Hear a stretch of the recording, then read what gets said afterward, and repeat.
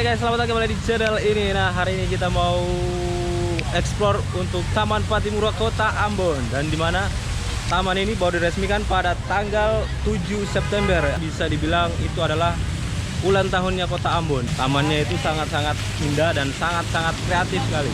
Terlihat antusias masyarakat Kota Ambon begitu ramai memadati taman-taman ini guys.